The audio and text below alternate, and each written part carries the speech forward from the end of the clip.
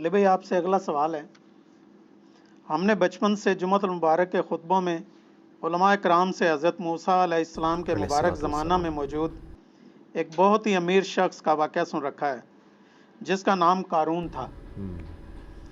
اس کی دولت کے خزانوں کی چابیاں 70 اونٹوں پر لادی جاتی تھیں، لیکن اللہ تعالیٰ نے اسے اس کے خزانے سمیت زمین میں دھنسا دیا، وَلِعَوْذُ بِاللَّهِ تعالیٰ۔ وَلِعَوْذُ بِاللَّهِ تعالیٰ۔ قرآن و سنت کی روشنی میں اس واقعہ کی تفصیلات سے بھی پلیز آگاہ فرمائیں۔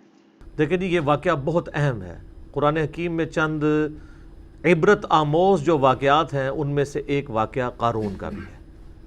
سورۃ المؤمن جسے ہم سورہ غافر کہتے ہیں، اس کے اندر بھی اللہ تعالیٰ نے سیدنا موسیٰ علیہ نبینا علیہ الصلوۃ والسلام کا جب ذکر خیر کیا تو فرمایا کہ ہم نے موسیٰ علیہ السلام کو فرعون، حامان اور قارون کی طرف پیغمبر بنا کے بھیجا، یعنی ان کی پوری قوم کی طرف بھی، لیکن وہ ڈومیننٹ سرداروں کے نام اس لیے لیے جاتے تھے کہ وہ لیڈرشپ کے اوپر فائز ہوتے تھے۔ تو فرعون کا تو سب کو پتہ ہے، حامان اس کا وزیر تھا۔ یہ قارون جو ہے نا، یہ اس اعتبار سے بڑا امپورٹنٹ تھا کہ قارون جو ہے یہ موسیٰ علیہ السلام کا کزن لگتا تھا رشتے میں۔ یہ تورات میں ہمیں اس کی ڈیٹیل ملتی ہے اور قرآن بھی اس کو سپورٹ کرتا ہے، وہ میں سورۃ القصص سے آپ کو انشاءاللہ آیات پڑھ کے بھی بتاؤں گا۔ تورات میں ہمیں یہ ملتا ہے کہ یہ حضرت موسیٰ علیہ السلام کا کزن تھا، بنی اسرائیل میں سے تھا، آل فرعون میں سے نہیں تھا۔ لیکن جس طرح یہاں پہ بھی آپ کو پتہ ہے جب گورے آئے تو انہوں نے ہمارے بڑوں کو خریدا، تو وہ غلام تو گوروں کے ہوتے تھے، حکمرانی ہم پہ مسلمانوں کے نام سے کر رہے ہوتے تھے وائسرائے کی شکل میں۔ اور یہ آج آپ کو جتنے بڑے بڑے لینڈ لارڈ ملتے ہیں یہ وہ ہیں کہ جن کے آباء و اجداد نے غداریاں کی ہیں مسلمانوں کے ساتھ، اس کے ریوارڈ کے طور پہ انہیں انگریزوں نے کہا کہ جی آپ صبح سے شام تک گھوڑا دوڑائیں، جدھر تک پہنچ جائیں گے ساری زمین آپ کی، یہ جو ہزاروں کے نال لوگوں کی نکل رہی ہے۔ تو اسی طریقے سے جو حضرت موسیٰ علیہ السلام کا یہ کزن تھا قارون، یہ ہے بنی اسرائیل میں سے تھا، لیکن حکومت کے ساتھ ملا ہوا تھا، اور بجائے یہ کہ بنی اسرائیل کی کوئی بہتری کی بات کرتا، الٹا یہ بنی اسرائیل کے اوپر ظلم ڈھاتا تھا، اور فرعون کا آپ سمجھ لیں ایک وزیر کی حیثیت سے تھا۔ یہ سورۃ القصص کے اندر اللہ تعالیٰ نے اس کا واقعہ ڈیٹیل سے بیان کیا ہے۔ سورۃ القصص سورت نمبر ہے 28 اور پارہ نمبر 20 کے اندر آپ بالکل اینڈ پہ چلے جائیں نا، آیت نمبر 76 سے آنورڈ۔ اعوذ باللہ من الشیطان الرجیم، بسم اللہ الرحمن الرحیم۔ ان قارون کان من قوم موسیٰ، بے شک قارون موسیٰ کی قوم میں سے تھا۔ اب یہ قرآن نے سپورٹ کر دیا کہ وہ آل فرعون میں سے نہیں تھا، ہے بنی اسرائیل میں سے تھا، اور تورات میں ڈیٹیل ملتی ہے کہ وہ ان کا چچا زاد لگتا تھا، پیغمبر کا رشتہ دار بھی ہے، کافر ہے تو مردود ہے۔ ہمارے محبوب علیہ السلام کا رشتہ دار ابو لہب مردود ہو گیا۔ فبغى علیہم، لیکن اس نے بغاوت کی ان کے اوپر۔ وآتیناہ من الکنوز ما ان مفاتحہ لتنوء بالعصبۃ اولي القوہ۔ اللہ فرماتا ہے ہم نے اس کو ایسے خزانے دیے تھے کہ جس کی چابیاں ایک بہت بڑی جماعت اٹھاتی تھی۔ یہ 70 اونٹوں والی بات تو یہ 70 اور اونٹ تو ویسے ہی سال لگ جاتے ہیں نا، قرآن میں اتنا ہی ذکر ہے کہ بہت بڑی جماعت تھی جو صرف چابیاں اس کی اٹھاتی تھی۔ ہو سکتا ہے اونٹوں کے اوپر وہ لاتے تھے تو 70 بھی، یعنی بڑی 70 کا عدد ویسے عربی زبان میں کثرت کے لیے بھی استعمال ہوتا ہے۔ اذ قال له قومه لا تفرح، جب اس کی قوم نے اس سے کہا کہ مت شیخی بگاڑ، ان اللہ لا يحب الفرحین، بے شک اللہ تعالیٰ شیخی بگاڑنے والے کو پسند نہیں کرتا۔ دولت آتی ہے تو شیخی تو پھر بگاڑتا ہی ہے نا انسان، الا ماشاء اللہ۔ وابتغی فیما آتاک اللہ الدار الآخرہ، اور جو اللہ نے تجھے اتنا مال دیا ہے اس سے آخرت کی زندگی طلب کر، مراد کے اللہ کی راہ میں خرچ کر۔ جو بخاری مسلم میں حدیث ہے کہ انسان کہتا ہے میرا مال میرا مال میرا مال، حالانکہ تیرا مال تو وہ ہے جو تو نے کھا کے ختم کر لیا یا پہن کر بوسیدہ کر لیا، باقی تو تیرے ورثاء کا مال ہے۔ یا پھر تیرا مال وہ ہے جو تو نے اللہ کی راہ میں خرچ کر کے آخرت کے لیے محفوظ کر لیا. تو نبی علیہ السلام فرمایا تمہارا مال 3 قسم کا ہے, کھا پی لیا, پہن لیا, یا اللہ کی راہ میں خرچ کر کے قیامت کے دن کے لیے محفوظ کر لیا, باقی تمہارے ورثاء کا مال ہے. ایک اور حدیث ہے بخاری و مسلم میں, نبی صلی اللہ علیہ وآلہ وسلم نے فرمایا انسان کے 3 دوست ہیں, 2 دنیا میں رہ جاتے ہیں, صرف ایک ہی قبر میں جاتا ہے, اس کا مال اور اس کے رشتہ دار وہ قبر سے باہر رہتے ہیں, اس کے اعمال 7 قبر میں جاتے ہیں. تو اعمال میں ظاہر ہے جو مال اس نے خرچ کیا ہوگا وہ 7 قبر میں جائے گا, باقی مال باہر رہ جائے گا. ایک اور حدیث ہے بخاری اور مسلم میں, نبی صلی اللہ علیہ وآلہ وسلم نے فرمایا ابن آدم کے پاس اگر سونے کی 2 وادیاں ہوں تو وہ خواہش کرے گا میرے پاس تیسری بھی آ جائے, اس کا پیٹ صرف قبر کی مٹی بھرے گی. اسی لیے بخاری و مسلم دونوں میں آتا ہے, نبی صلی اللہ علیہ وآلہ وسلم نے فرمایا اے اللہ محمد اور آل محمد صلی اللہ علیہ وآلہ وسلم کو بس اتنا ہی رزق دینا کہ ان کی روح اور جسم کا رشتہ برقرار رہے, یعنی سبسسٹنس لیول کے اوپر. اور ایک اور حدیث بخاری اور مسلم میں, اور یہ مزے کی بات ہے جتنی میں نے حدیثیں بیان کی یہ متفقن علیہ ہیں, بخاری میں بھی ہے مسلم میں بھی, یہ کہانی شریف نہیں ہے, بیسٹ کتابیں جو ہیں ان میں. اور وہ ہے واقعہ ایلا والی حدیث جو نبی علیہ السلام 1 مہینے کے لیے اپنی بیویوں سے ناراض ہو گئے تھے اس بات کے اوپر کہ انہوں نے زیادہ نان و نفقہ ڈیمانڈ کیا تھا. زیادہ کیا تھا؟ کچھ بھی نہیں تھا زیادہ, لیکن وہ نبی علیہ السلام کے فقر کے اعتبار سے زیادہ تھا. تو سورۃ الاحزاب کی آیات نازل ہوئی کہ اپنی بیویوں کو اختیار دیں کہ میں تمہیں مال دے کے چھوڑ دیتا ہوں, اور اگر تم اللہ اور اس کا رسول اور آخرت کا گھر چاہتی ہو پھر اسی غربت میں نبی علیہ السلام کے ساتھ گزارا کرنا ہے. پھر حضور نے ایک ایک بیوی کو آ کے آفر دی, سب نے اللہ اور اس کے رسول کو چوز کیا الحمدللہ. تو اس حدیث میں آتا ہے وہ جو نبی علیہ السلام 1 مہینے تک ناراض ہو کے اپنی بیویوں سے چھت پہ چلے گئے, تو حضرت عمر فاروق جب ملنے کے لیے گئے تو نبی علیہ السلام ایک چٹائی پہ لیٹے ہوئے تھے, آپ کے اوپر کرتا بھی نہیں تھا, صرف تہمت باندھی ہوئی تھی. اٹھ کے بیٹھے تو چٹائی پہ جب نشان چٹائی کے جسم پہ دیکھے تو حضرت عمر کی آنکھوں سے آنسو نکلے. کہا یا رسول اللہ آپ اللہ کے رسول ہیں اور کیسر و کسرا دنیا کے مزے لوٹ رہے ہیں, اتنی بڑے بڑے ان کے محلات ہیں, اور آپ تو اللہ کے رسول ہیں, یعنی آپ کو یہ سب کچھ ملنا چاہیے تھا. تو نبی علیہ السلام نے بہت زبردست جملہ بولا, آپ فرمایا عمر لگتا ہے کہ دنیا کی حقیقت ابھی بھی تجھ پہ نہیں کھلی, کیا تم اس بات پہ خوش نہیں ہو کہ کیسر و کسرا یعنی رومن اور پرشین امپائر کے جو شہنشاہ ہیں وہ دنیا کے مزے لوٹیں اور ہم آخرت کی سعادت لوٹ لیں. اندازہ کریں آپ, حضرت عمر کو کہا جا رہا ہے ابھی لگتا ہے دنیا کی حقیقت تم پہ نہیں کھلی, لیکن سر اس واقعے کے بعد پھر حضرت عمر پہ کھل گئی. سر پھر ان کا ڈنڈا اتنا سخت تھا کہ جتنا عرصہ وہ رہے ہیں نا, نہ خود حرام کھایا نہ کسی کو کھانے دیا, اس لیے اللہ تعالیٰ نے ان کے دور میں رومنز اور پرشینز کو گرایا ہے. ٹھیک ہے, تو جنہوں نے حضور کی صحبت کی ہوئی تھی ان کو پتا تھا کہ نبی علیہ السلام کی زندگی کتنی فقر میں گزری ہے, ان کو دنیا کا مال دھوکہ نہیں دے سکتا تھا. بہرحال اس واقعے کی طرف واپس آئیں, سورہ قصص والا.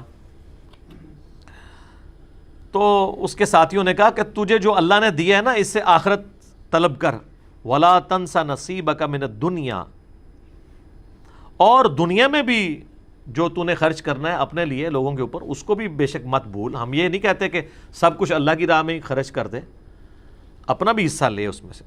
وَأَحْسَنِ كَمَا أَحْسَنَ اللَّهُ إِلَيْكَ, اور تو لوگوں کے اوپر احسان کر اس مال کے ذریعے جس طرح اللہ نے تجھے مال دیا, یعنی اللہ کے دیے ہوئے میں سے اللہ کی راہ میں خرچ کر, غریبوں کے اوپر لگا. وَلَا تَبْغِ الْفَسَادَ فِي الْأَرْضِ, اور دیکھ اس کے ذریعے زمین میں فساد تو مت بچا. اگر تجھے دولت ملی ہے, یہاں پہ بھی آپ دیکھ لیں جس کے پاس دولت آئی ہے وہ ڈان بنا ہوا ہے, اس کے لیے جناب بڑا وکیل کیا جج کرنا بھی کوئی مسئلہ نہیں ہے, وہ جج بھی کر لیتے ہیں. ظاہر ہے ججوں نے کئی فیصلے دیے ہیں نا ایسے کہ جی ان کے اپنے جج بکے ہوئے تھے, تو وہ کسی نے پیسہ لگایا تو بکتے ہیں نا. ان اللہ لا يحب المفسدین, بے شک اللہ تعالیٰ زمین میں جو فساد کرنے والے ہیں نا ان کو پسند نہیں کرتا. اب اتنی زیادہ نصیحت سننے کے بعد دماغ کا خمار دیکھیں کہ قارون جواب میں کیا کہتا ہے. قال انما اوتیتہ علی علم عندی, وہ کہنے لگا یہ جو کچھ مجھے حاصل ہوا ہے یہ تو میرا کمال ہے, یہ میرے علم کی بدولت ہوا ہے, میرے پاس جو ہنر ہے, میں بڑا یعنی ہوشیار آدمی ہوں, میں نے بڑی چلاکی کے ساتھ بڑے صحیح ٹائم پہ انویسٹمنٹ کر کے جناب فلانی جگہ پلاٹ لے لیا سی, آج جناب میرے اثاثے اتنے ہوئے ہیں. آج کل ٹی وی پہ آپ سوشل میڈیا پہ دیکھ رہے ہیں نا, بڑے بڑے شریف لوگوں کے اثاثے ڈسکس ہو رہے ہیں, جو دنیا کو یہ بھاشن دیا کرتے تھے کہ فلاں حرام خور ہے, فلاں کی جداد اتنے گنا ہوگی, اپنی جدادیں آئی ہیں. اور جو لوگوں کہتے تھے ان کی تلاشیاں لو, اب یہ بھی اپنی تلاشیاں دیں نا, ٹھیک ہے, نام لیے بغیر. تو جو لوگوں سے تلاشی مانگتا ہے اس کو اپنی تلاشی دیتے ہوئے کوئی غصہ نہیں کھانا چاہیے. اس کو کہنا چاہیے جناب یہ میرا منی ٹریل ہے, یہ دیکھیں جناب, اس کی بجائے یہ کہنا شروع کر دے نہیں اس نے بھی دیکھو. یہ وہی ہے کہ پتر تو کیوں فیل ہویا, ابا جی تھوڑے دوست دا منڈا بھی فیل ہو گیا ہے. بھئی اگر ابا جی کے دوست کا بیٹا فیل ہوا ہے تو اس کی وجہ سے تیرا فیل ہونا جسٹیفائی نہیں بیٹا, ٹھیک ہے, یہ کوئی جسٹیفیکیشن نہیں ہے. بہرحال وہ کہنے لگا میرے پاس علم ہے خاص جس کی وجہ سے میں نے, اسی لیے ہمیں دعا سکھائی گئی ہے. سنن ابن ماجہ میں حدیث ہے نا کہ فجر کے بعد نبی علیہ السلام کیا دعا کرتے تھے, اللہم انی اسألک علما نافعا ورزقا طیبا وعملا متقبلا.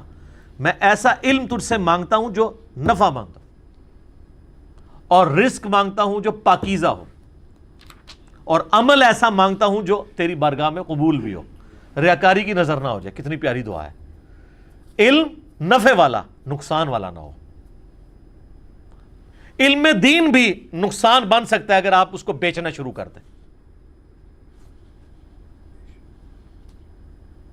اور عمل بھی, نیک عمل بھی آپ کے لیے نقصان کا باعث بن سکتا ہے اگر اس کے اندر ریاکاری آ گئی, دکھلاوا آ گیا. یہ تو پھر لادہ سے ایک ٹاپک ہے. اللہ تعالیٰ فرماتا ہے اولم یعلم ان اللہ قد اہلک من قبلہ من القرون, کیا قارون نے یہ نہیں دیکھا تھا کہ بے شک اللہ تعالیٰ نے اس سے پہلے بھی کئی قومیں ہلاک کر دیں. من ہوا اشد منہ قوتا واکثر جمعا, جو اپنی قوت اور مال جمع کرنے کے اعتبار سے قارون سے بھی زیادہ مال تھا ان کے پاس. اللہ تو وہ ہے جس نے ان کو بھی ہلاک کر دیا تھا, تو یہ قارون کو اپنے جو مال کے اوپر اتنا بڑا زوم ہے یہ کس بنیاد پہ تھا. ولا يسأل عن ذنوبهم المجرمون, اور جو مجرم ہیں ان سے ان کے گناہوں کے بارے میں نہیں پوچھا جائے گا. یہ نہیں پوچھا جائے گا, یہ لٹریچر کی زبان میں بات ہو رہی ہے کہ اللہ تعالیٰ کو پوچھنے کی ضرورت نہیں ہے, اس کو پتہ ہے کہ انہوں نے کیا کرتوت کی ہیں. یعنی جب عذاب آئے گا تو پھر نہیں پوچھا جائے گا کہ حضرت صاحب عذاب لے آئیے توڑے, بغیر پوچھے اٹھا کے تو اللہ تعالیٰ ان کو تباہ و برباد کر دے گا. اور یہی قارون کے ساتھ ہوا ہے جناب. سنیں, یہ بھی ڈراپ سین آ رہا ہے اس کا. فخرج علی قومہ فی زینتہ, تو ایک دن وہ بڑی زینت کے ساتھ, آج کے دور میں آپ کہہ لیں کہ جی بڑی مہنگی گاڑی کے اندر بڑے مہنگی گھڑی پہنے ہوئے اور بڑے مہنگے جوتے اور کپڑے پہنے ہوئے نکلا. قال الذین یریدون الحیات الدنیا, تو وہ لوگ جو دنیا کی زندگی کے طلبگار تھے وہ کہنے لگے یا لیت لنا مثل ما اوتی قارون, کاش ہمیں بھی اتنا مال ملتا جو اللہ نے قارون کو دیا. یہاں پہ بھی آپ دیکھ لیں نا, کسی کی فلم بھی کامیاب ہونا وہ کہتا ہے اللہ کا فضل ہے. جس نے حرام خوری سے بہت زیادہ پلاٹ بنا لیے وہ بھی کہتے ہیں جی اللہ کا فضل ہے, تھوڑے سے مال میں اللہ نے برکت دی ہے جی, میں تو کچھ بھی نہیں سا وہ فضل ہے. تو ڈیپ ڈک کرو تو پھر تمہیں پتہ لگے کتنے کتنے کام پائے نے اتنے تک پہنچنے واسطے.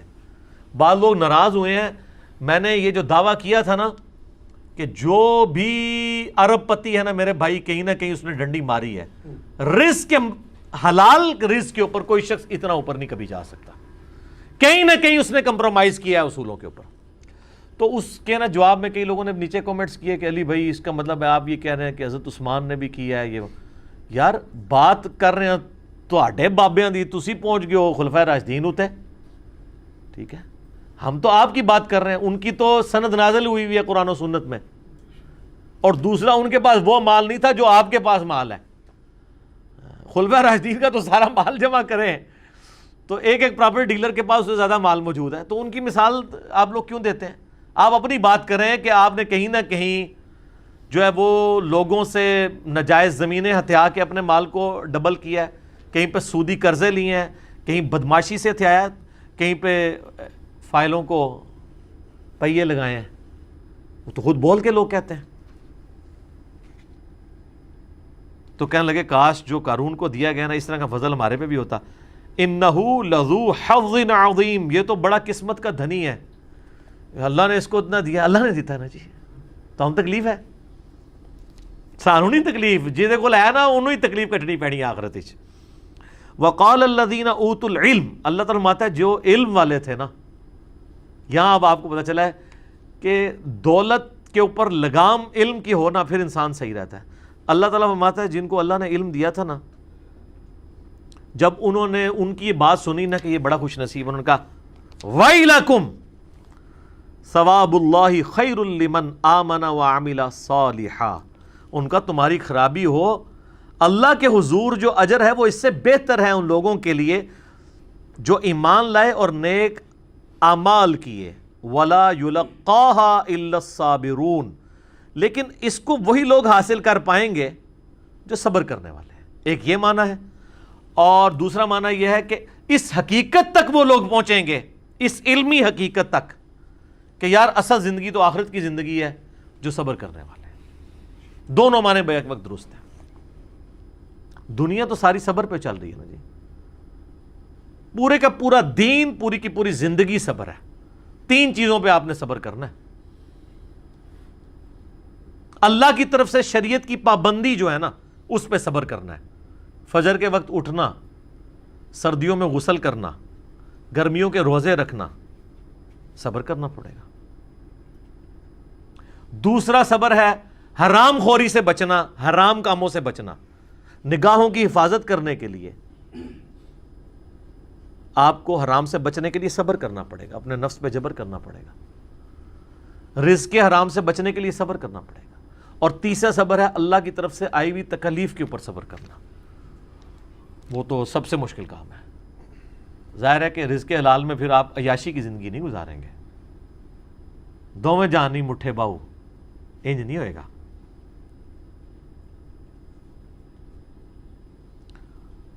فَخَسَفْنَا بِهِ وَبِدَارِهِ الْأَرْضِ، تو اللہ تعالیٰ ہمارا ہم نے اس کو اس کے محل سمیت، خزانے سمیت زمین میں دھسا دیا. فَمَا كَانَ لَهُ مِنْ فِئَةٍ يَنْصُرُونَهُ مِنْ دُونِ اللَّهِ، پھر اس کے پاس کوئی ایسی فوج نہیں تھی، کوئی ایسی جماعت نہیں تھی جو اللہ کے مقابلے پہ اس کی مدد کر سکتی. وَمَا كَانَ مِنَ الْمُنْتَصِرِينَ، اور نہ ہی وہ بدلہ لے سکتا تھا کوئی اللہ تعالیٰ سے اس کے اس معاملے میں. سر وہ 30ویں پارے کے اینڈ میں بھی آیا نا، اللہ فرماتا ہے ہم نے قوم سمود کو تباہ کر دیا. ولا یخاف عقباہا، اور ہمیں کوئی ڈر نہیں ہے اگر ہم نے کسی کو برباد کر دیا کہ کوئی آ کے ہم سے بدلہ لے لے گا، کیونکہ ہم جس کو کر گزرے تو ہم سے تو کوئی نہیں پوچھ سکتا. یہ وہی چیز ہے، اللہ تعالیٰ ہمارا کوئی اس کی مدد نہیں کر سکی جماعت. اب آگے دیکھیں کیا ہوا. وَأَصْبَحَ الَّذِينَ تَمَنَّوْا مَكَانَهُ بِالْأَمْسِ، وہ لوگ جو کل تک یہ تمنا کر رہے تھے کہ یار ساڈے کول بھی قارون جتنا مال ہوتا، اللہ تعالیٰ فرماتا ہے اگلے دن کیا ہوا. یقولون وَيْكَأَنَّ اللَّهَ يَبْسُطُ الرِّزْقَ لِمَن يَشَاءُ مِنْ عِبَادِهِ وَيَقْدِرُ، وہ کہنے لگے ہائے افسوس، بھئی اللہ ہی ہے جس کے لیے چاہے رزق کو کشادہ کر دے اور جس کے لیے چاہے رزق کو تنگ کر دے.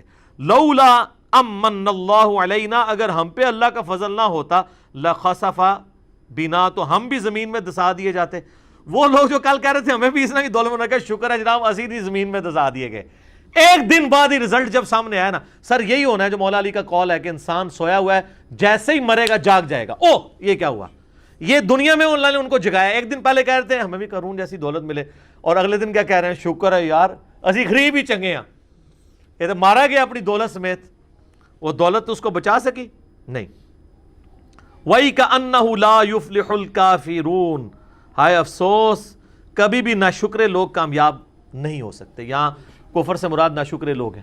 نہیں، ناشکری ہے نا، اللہ نے رزق دیا تھا، اللہ نے نعمتیں دی تھی، آپ نے اللہ کی راہ میں خرچ نہیں کی، اپنی عیاشیوں کے اوپر خرچ کی ہیں، تو یہ ناشکری ہے. یہ اذانیں شروع ہو جاتی ہیں انشاءاللہ. بقیہ کے سوالات اذان کے وقفے کے بعد انشاءاللہ.